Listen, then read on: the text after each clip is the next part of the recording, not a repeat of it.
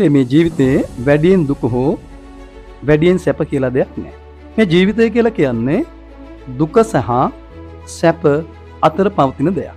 ඒ හින්දා දුක් සහිත සිදුවීමකට අපි මුහුණ දෙන විට එය අපේ ජීවිතේ කඩා ඉහිරුවීමක්, කඩා වැටීමක් කියලා හිතන්නේ නැතුව එය අපේ ජීවිතේට අත්දැකීමක් කරගෙන ජීවිතේ ගොඩනගා ගන්න අපි උත්සාහ කළ යුතුයි. මට මතක් වෙනවා මේ වෙලාවේ මාලන් බණ්ඩාර කපුවත්ත කියන නූතන පරපුරේ කවියා. එයාගේ හදපැල්ලම නැමැති කාව්‍ය සංග්‍රහයේදී ලියපු කවියක්. ඒක ඔහු නම් කරලා තියෙන්නේ වෙර වැඩුම කියලා. පද්‍ය පන්තියේ පටන් ගන්නෙහු මුදුන් විය හද කලුව ඝන කමට කියලා. එතකොට ඒ තුලින් අදහස් කරන්නේ අර ජීවිතයේ ගොඩාක් ප්‍රශ්න තියෙන පුද්ගලයෙකුට තව තවත් ප්‍රශ්න එනවා. ඒ ප්‍රශ්න මතටම නේ ඔහුට උහුලා ගන්න බැරි ආකාරයේ සිදුවීම් පැමිණෙනවා. ඒ පැමිණෙන ආකාරය ඔහු කියනවා ඇද වැටුනි ඒ මතට නේක හෙන කියලා. ප්‍රශ්න සහගත ජීවිතයේ මතට තව තවත් ප්‍රශ්න එනවා. හැබැයි ඒ ප්‍රශ්න දරා ගන්න බැරි ආකාරයේ ප්‍රශ්න.